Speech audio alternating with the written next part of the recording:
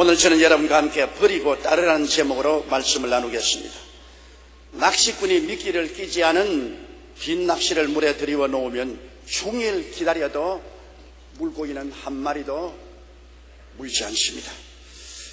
그러나 고기가 좋아하는 미끼를 끼워 놓으면 곧장 물고기들이 달라들고 고기를 낚을 수가 있게 되는 것입니다. 마귀가 인간을 유혹하는 낚시 미끼는 욕심입니다. 아담은 마음의 욕심 때문에 에덴에서 마귀의 낚시에 걸려버렸습니다. 그러나 예수님은 마음의 욕심이 전혀 없었기 때문에 마귀의 결사적인 유혹에도 주님은 걸리지 않으셨습니다. 우리들이 마귀의 괴계에 걸리지 않기 위해서는 한사코 욕심을 마음에 따르지 말아야 되는 것입니다. 야고보 1장 13절로 15절에 사람이 시험을 받을 때 내가 하나님께 시험을 받는다 하지 말지니 하나님은 악에게 시험을 받지도 아니하시고 친히 아무도 시험하지 아니하시느니라. 오직 각 사람이 시험을 받는 것은 자기 욕심에 끌려 미혹됨이니 욕심이 잉태한 즉 죄를 낳고 죄가 장성한 즉 사망을 낳느니라고 말하셨습니다. 첫째로 하나님께서 믿음의 조상 아브라함을 부르실 때 그 부르심을 한번 자세히 살펴보십시다.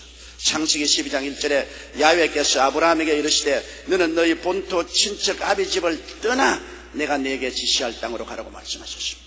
하나님을 따르기 위해서 치는 대가는 먼저 옛삶을 떠나야 되는 것입니다. 아브라함에게 하나님이 위대한 사역을 주고 은총을 주기 위해서는 옛삶을 떠나라고 하는 것입니다. 우리도 육신의 정욕, 안목의 정욕, 이 세상의 자랑이란 이 삶을 떠나야 되는 것입니다. 이 세상과 하나님의 나라를 동시에 소유하고 나아갈 수는 결코 없습니다. 먼저 타락한 이 세상 마귀와 정욕을 떠나야 우리가 하나님의 부르심을 따라 나아갈 수가 있습니다. 중국 송나라 때 이방이 지은 태평어람이라는 책에 다음과 같은 이야기가 있습니다. 옛날 제 나라에 아름다운 처녀가 있었는데 하루는 그 처녀에게 두 집에서 동시에 청혼이 들어왔습니다.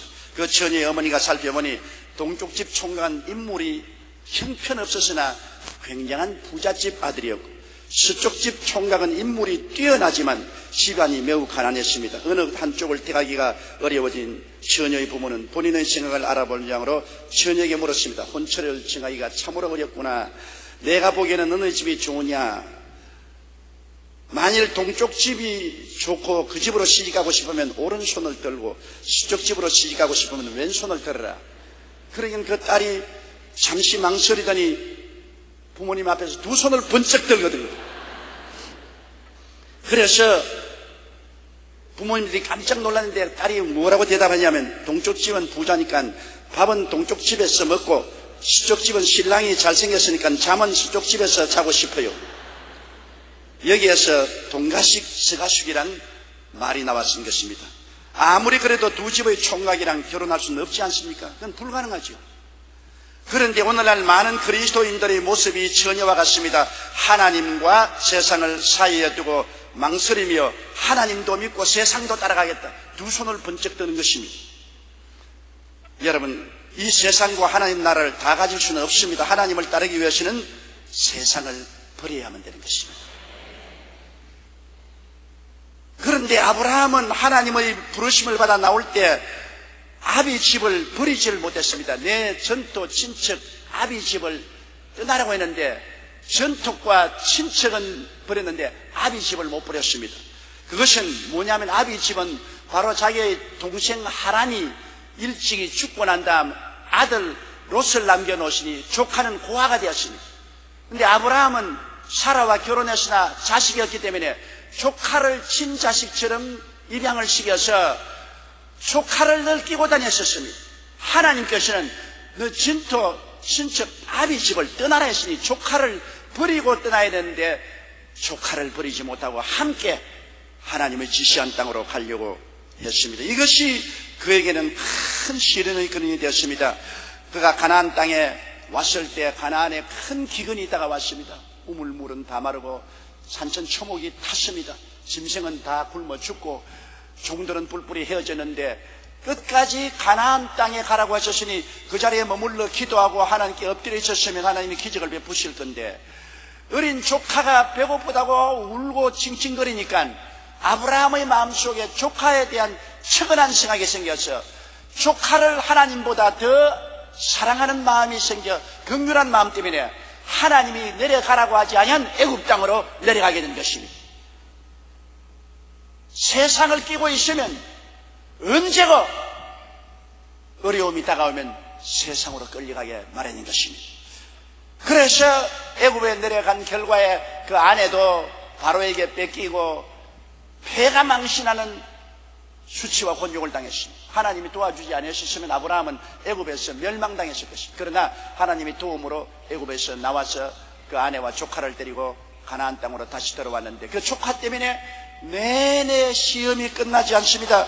왜냐하면 아브라함이 애굽에서 나와서 가나안 땅으로 돌아왔을 때 은경과 육축이 많았고 조카도 육축이 많았으므로 아브라함과 그 조카가 좁은 지역에 함께 살 수가 없었습니다. 물 때문에 싸우고 초보지 때문에 싸워서 아브라함의 종들과 롯의 종들이 서로 치고받고 싸움으로 그것이 어른 싸움이 되었었습니다. 할 수 없이 아브라함이 마음이 결심하고 이제는 아비 집을 완전히 떠나기로 작정하라고 조카와 헤어지기로 결심을 했습니다. 창세기 13장 9절로 11절에 내 앞에 온 땅이 있지 아니하냐 나를 떠나라. 내가 좌하면 나는 우하고 내가 우하면 나는 좌하리라.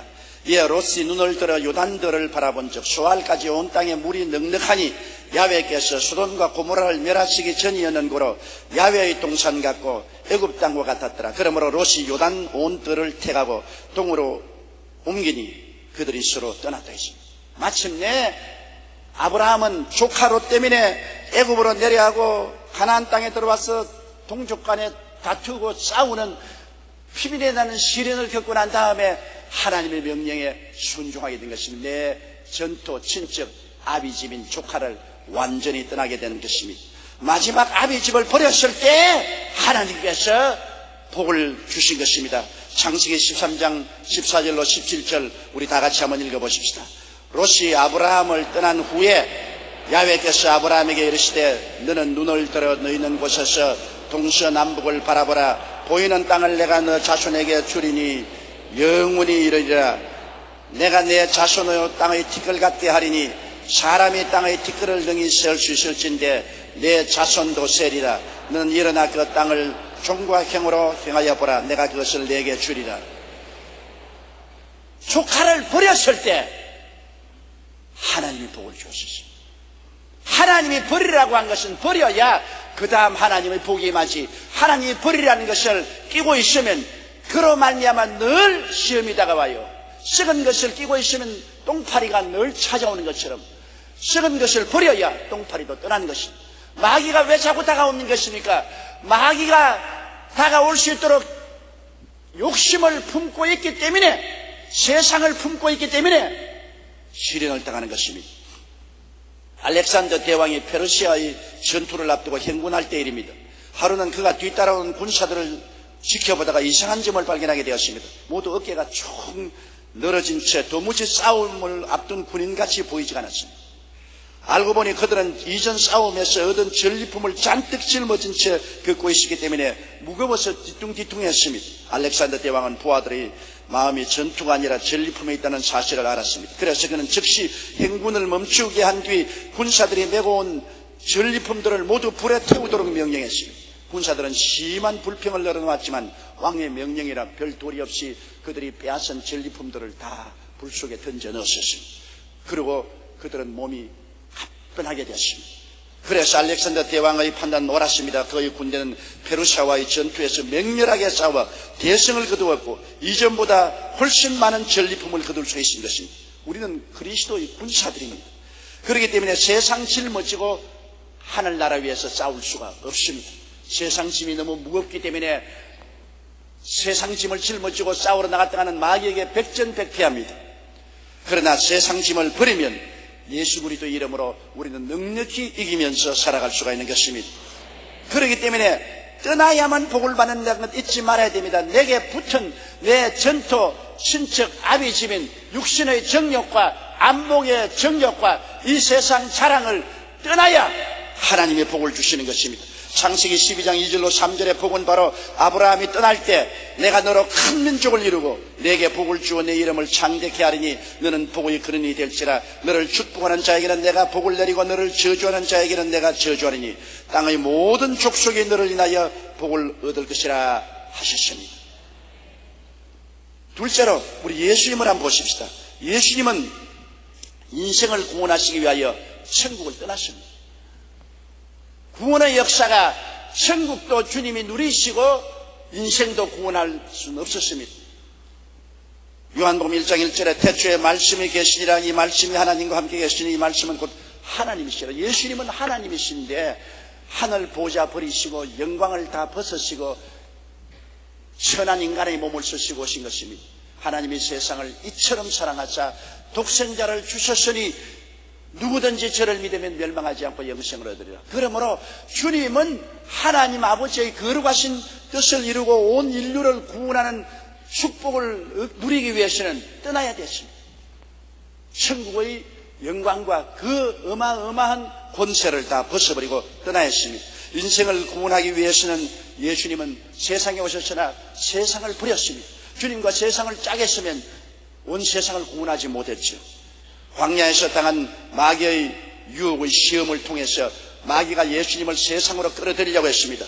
식욕을 통해서 예수님을 끌어들이겠으나 예수님은 식욕도 하나님 사업 앞에서 버렸습니다.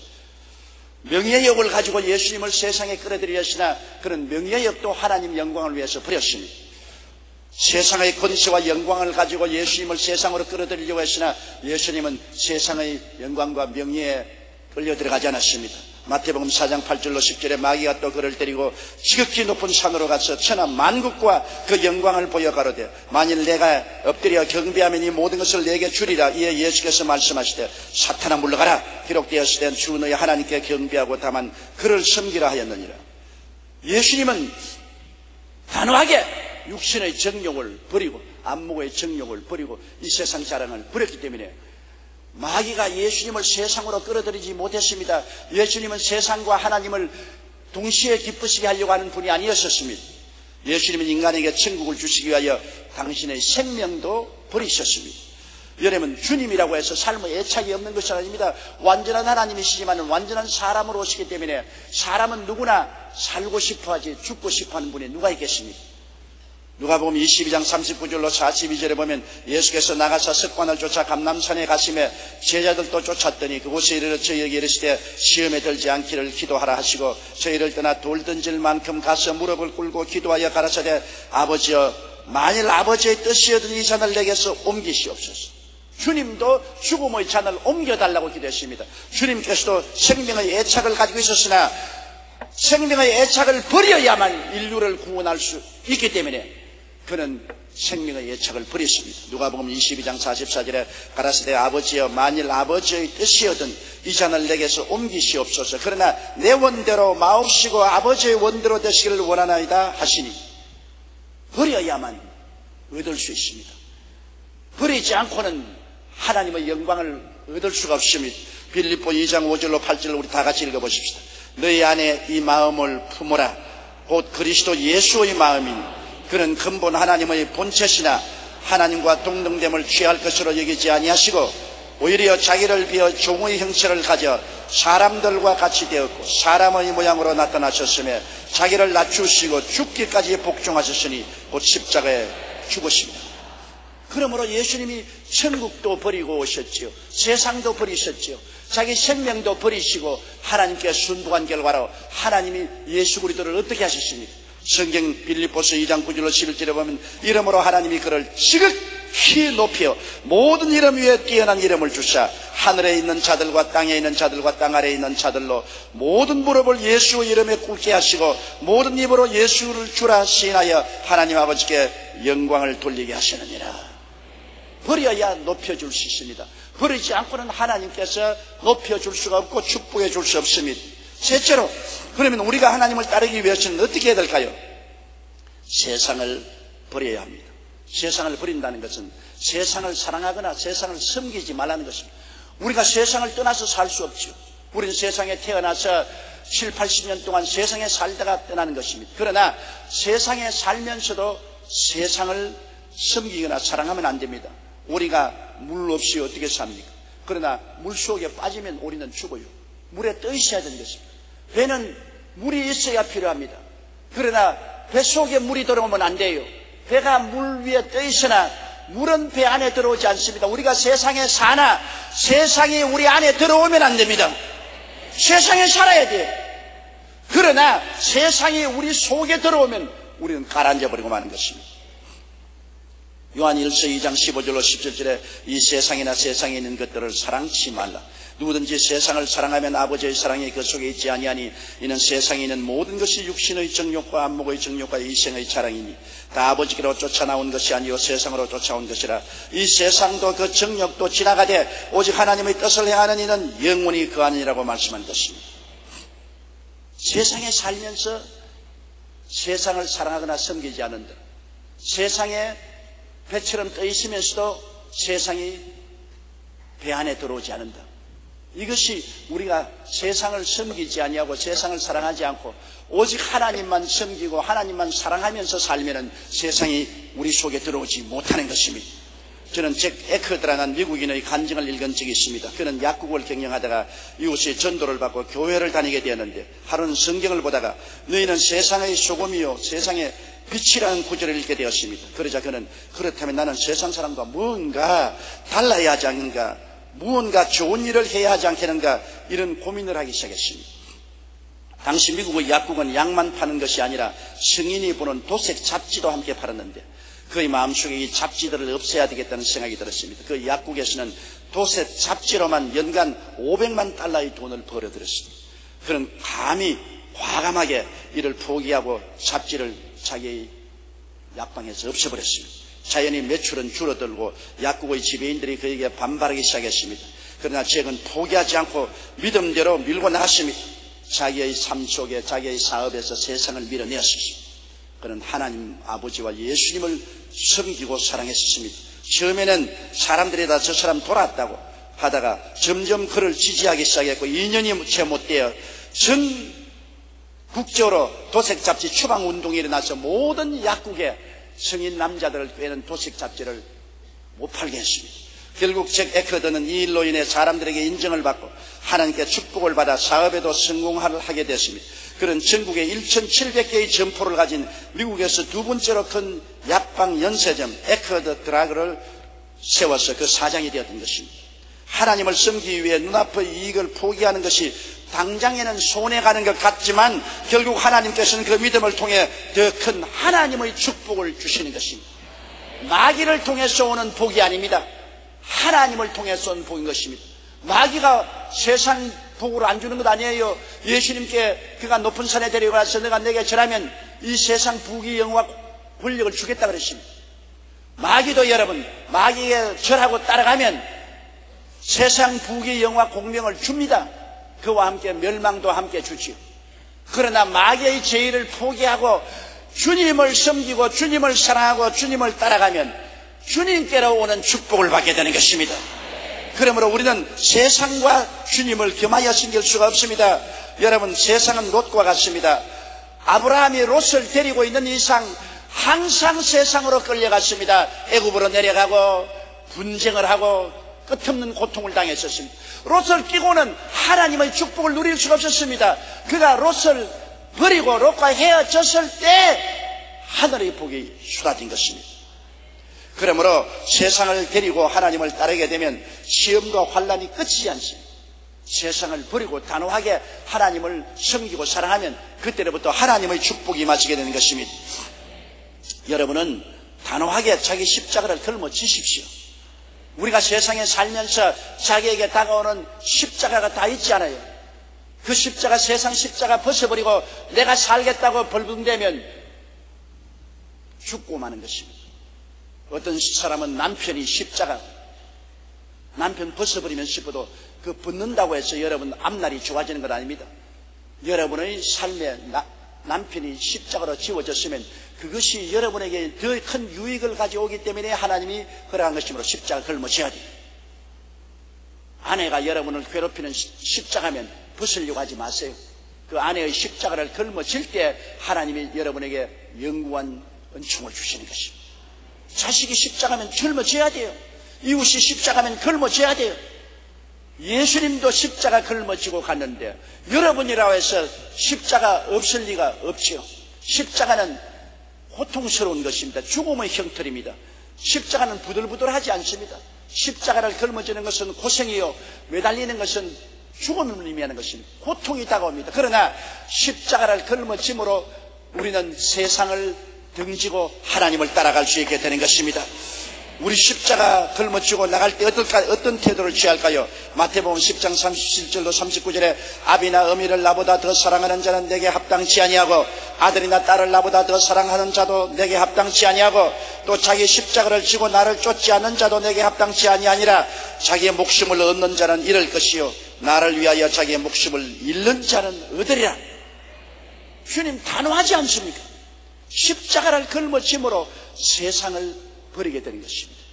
우리가 세상을 자꾸 따라가면 하나님이 세상 버리게 하려고 십자가를 짊어지게 되는 것입니다. 남편이 십자가 되는 것도 세상을 버리고 하나님께 더 나오라는 하나님의 지시입니다. 아내가 십자가가 되는 것도 그 짊어지고 세상에 대해서 죽고 하나님을 따르라는 것입니다.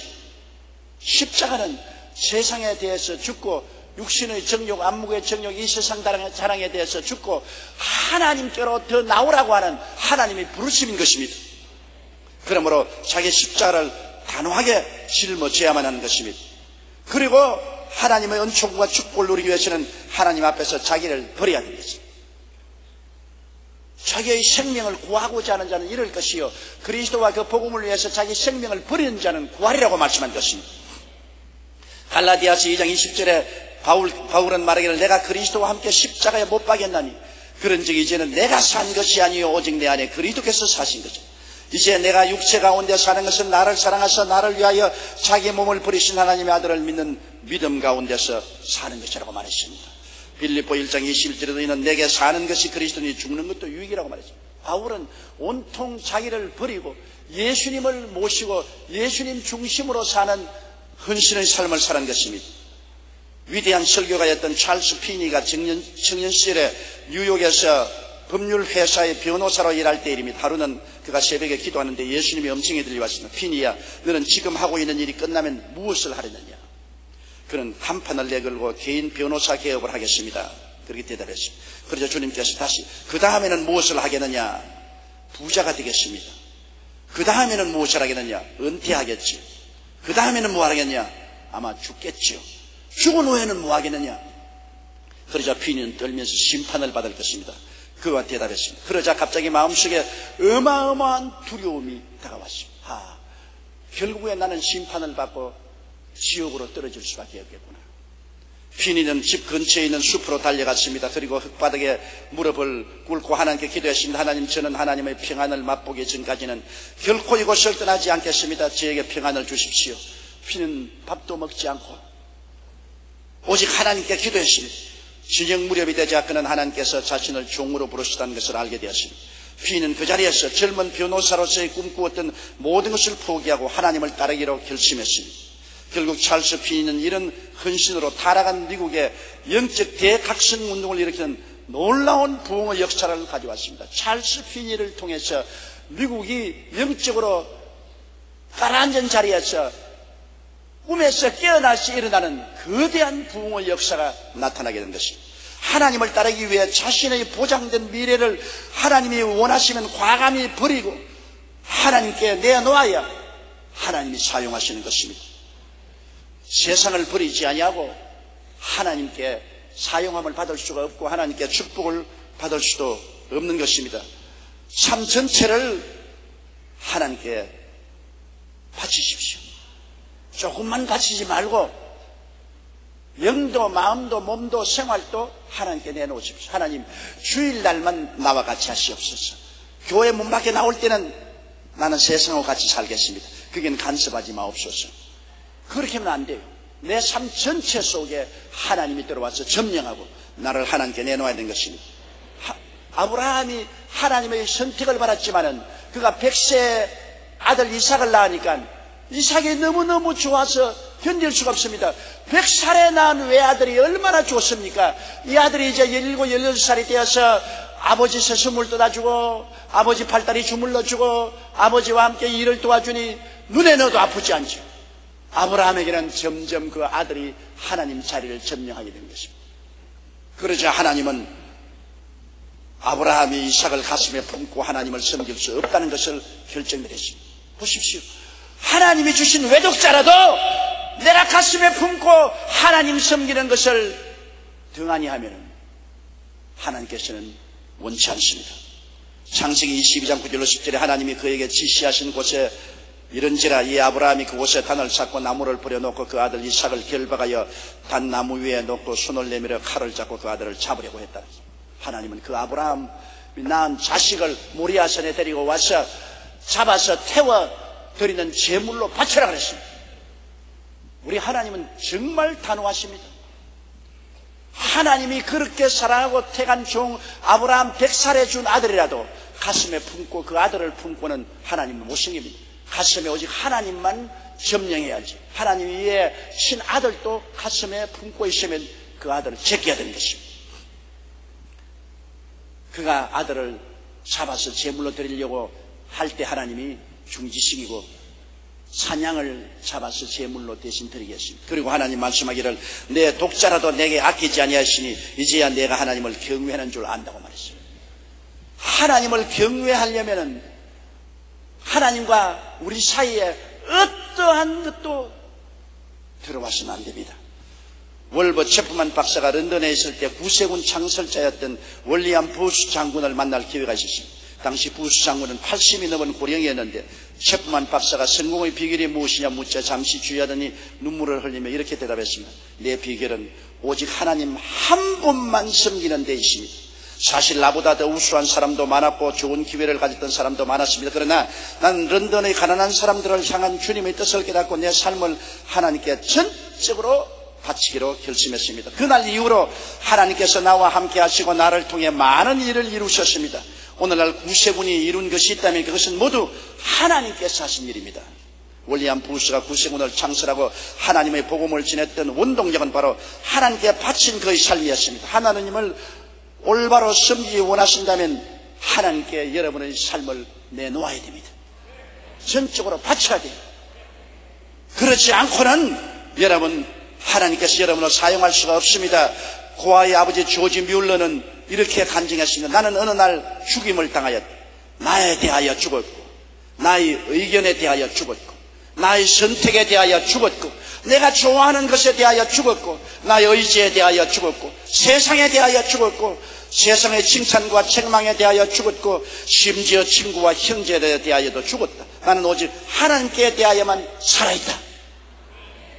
이러한 위대한 헌신이 있었기 때문에 하나님께서는 조지 뮬러를 사용해서 수천 명의 고아들을 먹이고 입히고 교육시키고 시집장가 보냈던 것입니다.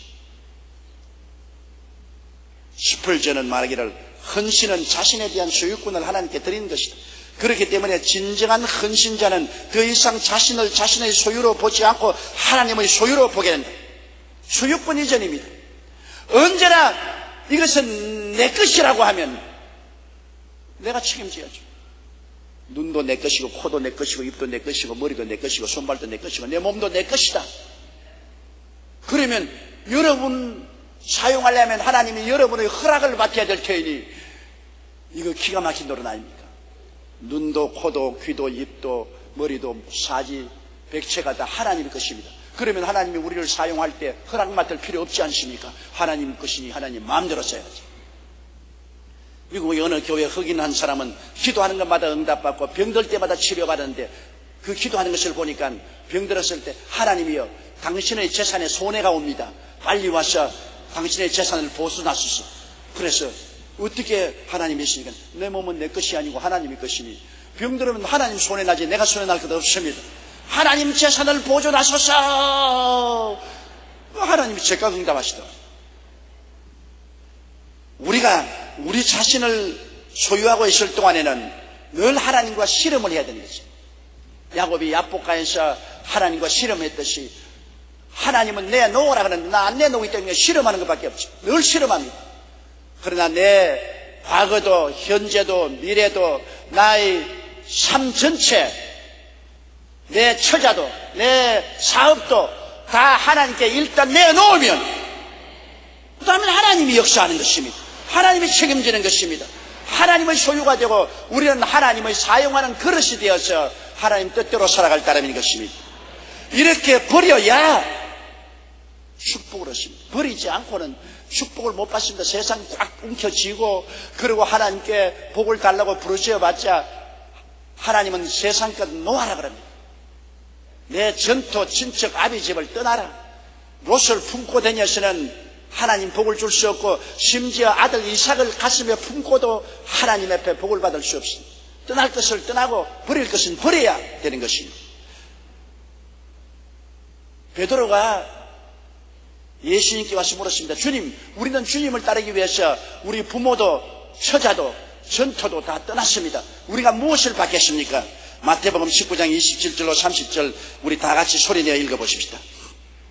이에 베드로가 대답하여 가로되 보소서 우리가 모든 것을 버리고 주를 쫓아 싸우니 그런즉 우리가 무엇을 얻으리이까? 예수께서 가라사대 내가 진실로 너에게 이르노니 세상이 새롭게 되어 인자가 자기 영광의 보좌에 앉을 때 나를 쫓는 너희도 12보좌에 앉아 이스라엘 12지파를 심판하니라. 또 내 이름을 위하여 집이나 형제나 자매나 부모나 자식이나 전토를 벌인 자마다 여러 배를 받고 또 영생을 상속하리라. 그러나 먼저 된 자로서 나중되고 나중된 자로서 먼저 될 자가 많으니라. 버리면 여러 배, 다른 성경에는 100배를 받고 핍박을 겸하여 얻을 것이라 했습니다. 세상을 버리면 하나님의 복이 임하고 핍박도 함께 따라오는 것입니다. 버리지 않고는 하나님의 복을 받지 못합니다. 저는 프랭크라는 한 미국 청년의 간증을 듣고 큰 감동을 받은 적이 있습니다. 그 청년은 독실한 크리스천으로 회사의 계약을 담당하는 영업사원이었는데 하루는 간부들과 함께 상대편 회사의 사람들을 접대하게 되었습니다. 그런데 그날 밤 상대편 회사 사람들이 스트립쇼를 하는 술집에서 접대할 것을 요구했습니다. 그러나 프랭크는 그 자리에 앉아있는 것이 마음에 너무나 민망스럽고 괴롭고 걸렸습니다. 그렇다고 그 자리를 박차고 나가면 계약은 물거품이 되고 자기는 직장에서 해고되어 당장 생계에 큰 지장이 생길 것이 뻔했습니다. 프랭크는 이러지도 못하고 저리도 못해서 스트립쇼 하는 술집에서 혼자 앉아 고민을 하고 하나님께 기도했어요. 이것이냐 저것이냐 결단을 하려고 몸부림치다가 단호한 결심을 하고 상대편 회사 사람들을 향해 이렇게 말했습니다. 저는 하나님을 믿는 크리스찬입니다. 아무래도 스트립쇼를 하는 술집에서 여러분을 접대할 수는 없습니다. 도저히 내 마음이 허락하지 못하니 나는 신뢰를 해야 되겠습니다. 계약을 못하더라도 나는 타협할 수가 없으니 신뢰하겠습니다. 그리고 그는 일어나서 나왔습니다. 그런데 밤 11시쯤 되자 누군가가 프랭크가 묵고 있는 호텔의 방문을 두드렸습니다. 문을 열어보니 함께 술집에 갔던 상대편 회사의 중력이 서 있었습니다. 그는 방으로 들어와서 프랭크의 얼굴을 한참 쳐다보더니 이렇게 말했습니다. 내가 여기 찾아온 것은 당신에게 감사하다는 말을 하기 위해서요. 나도 역시 예수 믿는 사람으로서 술집을 좋아하지 않습니다. 그러나 사람들의 분위기를 망칠까 싶어 그것이 무서워서 지금까지 입도 뻥긋 못하고 앉아 있었습니다. 그런데 당신은 그리스도인이라고 당당히 자백하고 두려움 없이 그 자리를 박차고 일어났던 그 용기를 보고 나도 용기가 생겨서 그날 이 자리를 떠났습니다. 고맙소. 당신 같은 사람이 있는 회사라면 믿을 수 있는 회사요. 당신 회사와 함께 내가 계약을 맺겠소. 다음날 계약은 아주 성공적으로 이루어졌고 프랭크는 자신의 회사뿐 아니라 상대 회사에서도 예수 믿는 정직한 사람이란 소문이 나서 나중에 프랭크가 하는 일마다 잘 되었다고 간증을 했습니다. 여러분, 하나님을 따르기 위해서 세상의 이것들을 포기할 순간이 찾아옵니다. 이것이냐 저것이냐 선택하지 못해서 고민이 되지요. 자기가 하나님을 선택하면 현실적으로 굉장한 손실이 다가오고 어려움이 다가올 것이 뻔하지만은 과감하게 현실을 버리면 그 다음에는 하나님이 축복해 주시는 것입니다. 여러분, 세상이 뜻으로만 살 것이 아니라 하나님의 원하는 모든 말씀으로 살 것이라고 말하는 것입니다. 뜻으로 사는 방법도 있고 하나님 말씀으로 사는 방법도 있습니다. 애굽의 신은 떡으로 살았지만은 이스라엘이 광야를 지나 올 때는 하나님의 말씀이 만나를 부어주시는 것입니다. 하늘의 미랄이 땅에 떨어져 죽어야만은 열매를 맺지. 하나님의 부르심에는 반드시 떠나야 할 세상이 있고 약속된 축복의 세상이 있습니다. 세상과 하나님의 축복을 동시에 누릴 수는 없습니다. 떠나지 않고 버리지도 않고 십자가 없는 구원과 축복은 절대로 없습니다.